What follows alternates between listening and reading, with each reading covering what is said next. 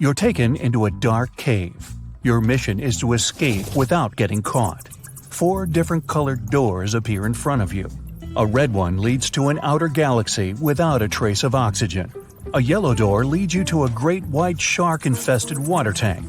A blue one leads to 66 million years ago, the time when a massive asteroid hit the Earth and made dinosaurs go extinct. And a purple door leads to a beautiful island filled with beaches and delicious food. On the wall, there's only one clue. It reads, "Pick the door that's not a primary color." You've got 10 seconds to open the right door.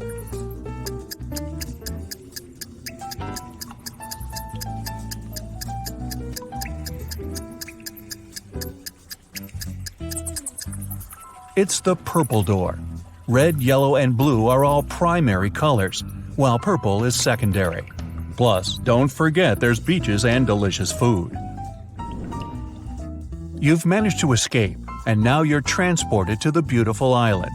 You find a citizen in need. He tells you his brother had been taken by an evil mathematician, and the only way to escape is to solve his riddle. You rush to the scene and arrive at precisely 3 p.m. There, the mathematician greets you with an angry look and a tricky riddle. "If you calculate the height of my tower, you and my prisoner are free to go. If you fail, you'll stay here forever. I offer you 3 calculation methods to choose from: multiple long sticks, your shadow, or the long rope hanging from the tower. I give you 9 seconds."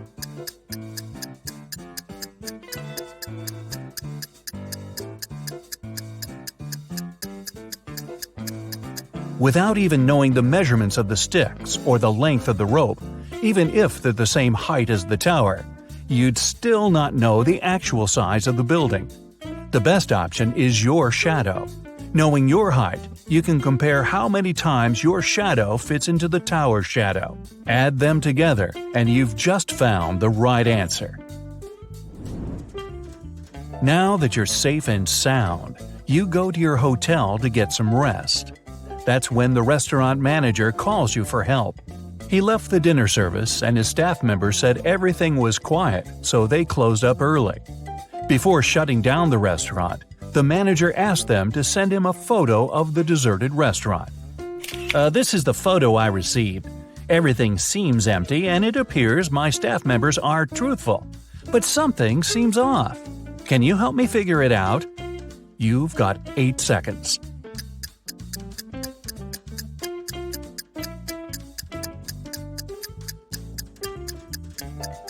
It appears the image was photoshopped. The employees removed the people from the picture, but they forgot to erase someone's hand from the table. Right before walking upstairs to your room, the HR manager calls you into her office. She needs help with a job application she received for the receptionist position. She's looking for someone who is multilingual and narrowed it down to 3 applicants. But only one person is telling the truth. Sarah is from Belgium and she speaks Dutch. Louise is from Switzerland and she speaks Swedish. Marie is from Monte Carlo and speaks Italian. You've got 7 seconds to figure out who is truthful.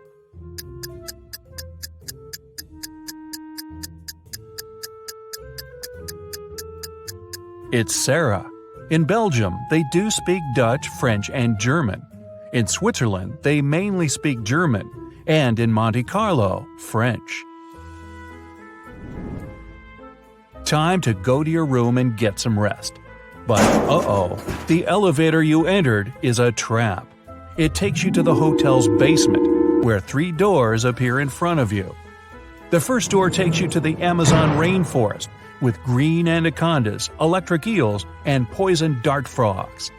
The second takes you to the Antarctic Circumpolar Current, the largest and most potent current globally. The third takes you to the top of Mauna Kea in Hawaii. It's the tallest mountain and largest volcano in the world that goes below sea level. Only one of them takes you to a safe place. Which one? You've got 6 seconds.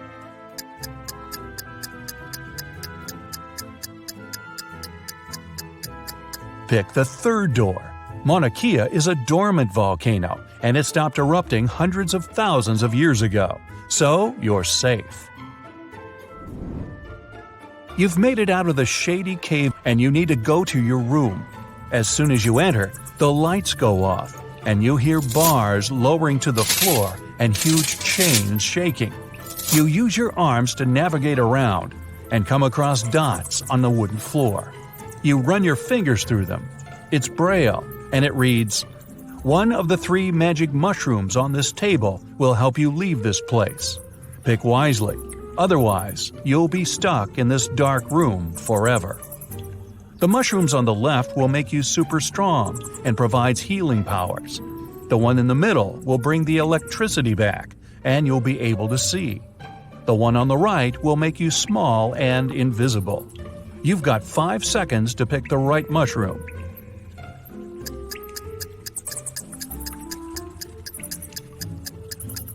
Turning the lights on won't free you, and becoming invisible doesn't mean you won't bump into walls. The best option is the strength and healing mushroom. You can bang on the walls and bars until you break them. The next day rolls around. You head into the parking lot to pick up your car, but the car seems to be locked. There's a 3-digit PIN code lock on the passenger side door. On the side of the device, you read a clue. ABC equals 123. On the ground, there's a piece of paper that reads BAD. Use the clue to find PIN code numbers. Here are your 4 seconds. The code is 214. B is the second letter, A is the first, and D is the fourth. Now that you've got your car, time to do some shopping at the mall. You visit a jewelry shop. You discover it has a mysterious extension leading to a room filled with gold coins, diamonds, and other expensive metals. As soon as the owner spots you, he traps you in the room and locks the door. Nice shop. He tells you there's only one way to survive in that dark chamber. You must eat 1 muffin. If you eat the wrong one, you won't make it. But if you pick the right one, you'll be free to go. The first muffin turns you into moss. The second one turns you into a badger. The third muffin will turn you into a snake. 3 seconds. Moss can't survive without the sun for long, and snakes need the sun to regulate their body's temperature. The correct answer is the muffin that turns you into a badger. These creatures spend long periods in the dark. The mayor of the town calls you into his office. He politely ignores the fact that you're now a badger. He says that something mysterious is going on inside one of the town's restaurants. Everyone has turned into a zombie. Only one human is left in the bar, and you must save them. But first, you have to identify them. You're shown a photo with 3 people. Only one of them is human. You've got 3 seconds. It's the lady on the right. It looks like the red spot on her shirt came from her hot dog. The lady on the left is missing part of her ear. Now the mayor takes you to the local school. The principal needs to decide which of the students deserves to go to space camp next summer. She picked all the students that got A's on their report cards and gave each of them a bean. She said, "The person who will return with the tallest bean plant will win the prize, but you can't cheat." All kids came back with large plant pots and bean plants filled with smaller beans. Only one girl returned with a plant pot filled with soil. As soon as the principal saw her pot, he gave her the prize. Why? Here are your 3 seconds. The teacher gave them cold cooked beans. They couldn't have sprouted unless the students cheated. And these guys all got A's, huh? Makes you wonder. The mayor takes you with him on an investigation. A man named Martin had finished his veggie garden and invited his friends over for a party. Then his wife vanished. He called detectives, and there are 3 suspects in front of you. Steve said he was looking at the cherry tomatoes and picked one to try it. Donna said she was checking out the little squashes that had started growing. Martin said he was taking professional pictures of the flowers for his blog. You've got 2 seconds to determine who's lying. It's Martin. This was a veggie garden. It didn't have any flowers. Time for your last test. You're walking into an underground tomb. You must retrieve the treasure and make it out alive. As you walk deeper and deeper into the tomb, you come across a mysterious creature. He says, "You must correctly answer my riddle. If you do, the treasure is yours. If you don't, you'll disappear forever. I'm not alive, but I can grow. I don't have lungs, but I need air to breathe. If water touches me, I cease to exist. What am I?" 2 seconds. The answer is fire. Wow. While working late at night in a top-secret laboratory, Michael finally managed to create the DNA of a hybrid monstrous creature. After all that hard work, he decided to grab a quick coffee and donut as a little reward. But he came back and saw that the specimen had disappeared from the incubator. Michael lined up Ryan, Jeff, and Laura and confronted them. "Who took an important top-secret piece of research I was working on?" Ryan said he'd been busy doing some additional research on a separate project and had no idea what was going on. Jeff said he hadn't touched the hybrid creature and had been in the archives digging through some files he needed. And Laura said she'd been in the bathroom the whole time. So, who took the specimen?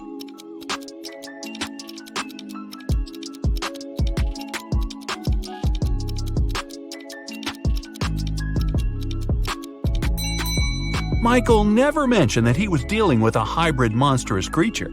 Jeff just let himself get caught. Better think smart next time. Anne absolutely loathes winter, but just like anyone else, she has to go out and do stuff. She had just moved to a snowy city for work and experiences some of the coldest winters. But she managed to make it to the mall to do some quick shopping through a huge blizzard. When she came back to her parked car, she discovered that someone broke into it and took her belongings. When the police lined up the 3 suspects, they each gave their stories. Francesca said she had been polishing her car outside and didn't know anything. Ned said he'd been shopping for clothes, and Earl said he'd been sitting in a cafe on the upper floor of the mall. The police arrested the suspect. Who was it?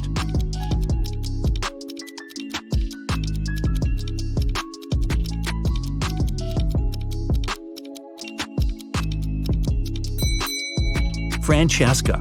She was polishing her car outside in the middle of a blizzard? That's not only illogical, but not safe either. She just gave herself away.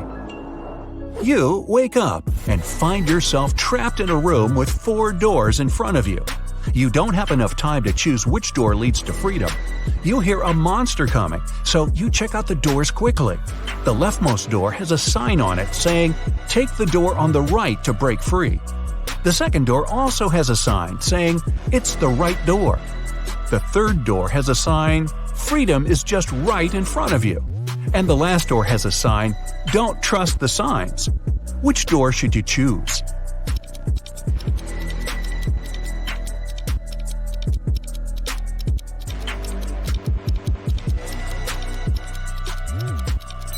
The last door. It says not to trust the signs, but it doesn't mean that they're lying. The first door says to take the door on the right. Not necessarily the last door on the right, but just the one on the right. The second one says it's the right door. Not the correct door, but the right door, as in the door on the right. The third door says freedom is just right in front of you. That just doesn't make any sense, does it? So it's the last door on the right that leads to freedom. Mason was extremely happy when he got the news that his sister Jane was coming to town.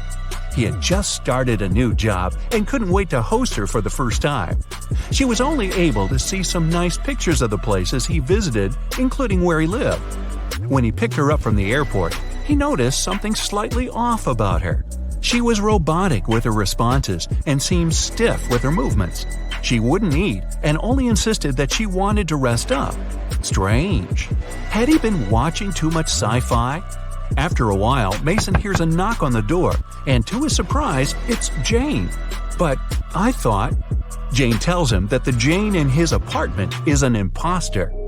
When the Jane in the bedroom goes out and sees the other Jane sitting on the couch, they're both in shock. They both try to convince Mason that they're the real Jane. But who will Mason believe?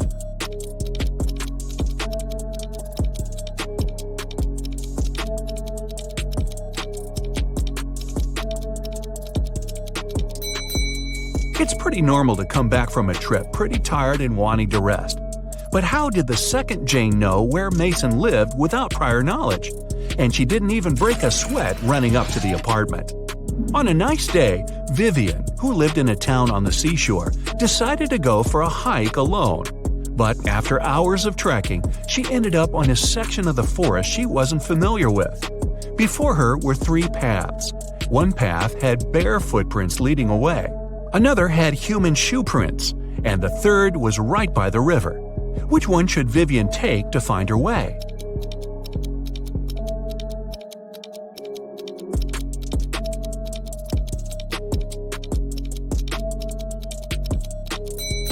The river path. Since she lives in a coastal town, the river mouth most likely ends up in the sea. That way, she could figure out where she is. Melissa is sharing a train car with 3 other people. It's a very hot day and the air conditioner doesn't even work. James starts complaining and only calms down after opening the window. Melissa lays down her red silk scarf her grandmother gave her next to her. Judith compliments it. Robert, a senior, mentions that he forgot to bring a gift for his wife who will pick him up from the train station. James has a crush on Judith. After a while, Melissa goes to the bathroom and comes back to find the scarf missing. Who was the one who took it?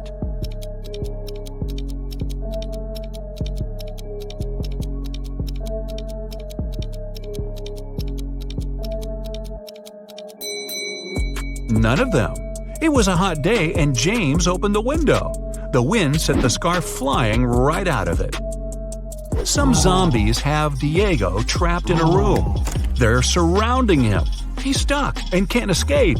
Their arms are breaking in and reaching for him. When Diego looks around, he realizes that he's in a small newspaper stand with magazines and pocketbooks. And looking around him more attentively, he finds a roll of tape nearby. How can he avoid those nasty bites?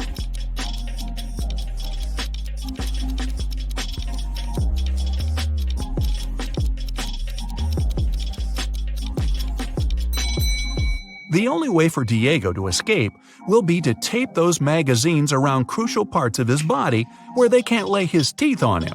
It'll be light enough for him to run away from the zombies without getting hurt. Plus, he'll have plenty of reading material for the road. Evan got lost in a forest, and just his luck, it was snowing.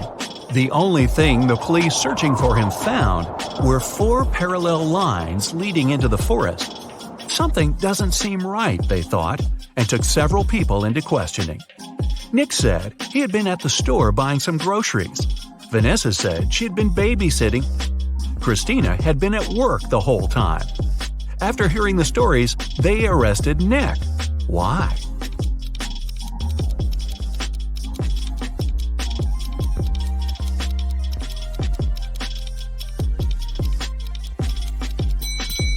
Nick was in a wheelchair. The 4 parallel lines were left by Nick rolling into the forest and back out. It's the beginning of a new school year, and Dave started a new job as a computer studies teacher at a local high school. Another fellow teacher, Roy, didn't really welcome him because he wanted that position. But at the end of the day, there was a security breach which leaked out a lot of important information about the school. When the police questioned everyone, including Roy and Dave, they each gave their stories. Dave said, "I was checking exam papers and was at the staff room the whole time." Roy said, "I was preparing homework for my classes when everything happened." Who should the police arrest? Who was lying?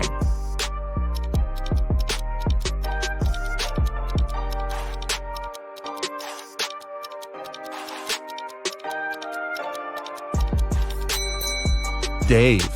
There wouldn't be any exams on the first day of school. Gareth is in a pickle. He's at the police station looking at the lined-up suspects, one of whom stole Beth's bag while she was having a picnic in the park. He observes them. Beth describes the culprit as someone big, no hair, and wearing a black jacket. All the men lined up matched the description. Gareth looks at each of them, and they all have one distinct trait that makes them stand out from each other. Suspect number 1 has a beard. Number 2 is wearing shorts. And number 3 is wearing glasses. Gareth knows immediately who to arrest. Who is it?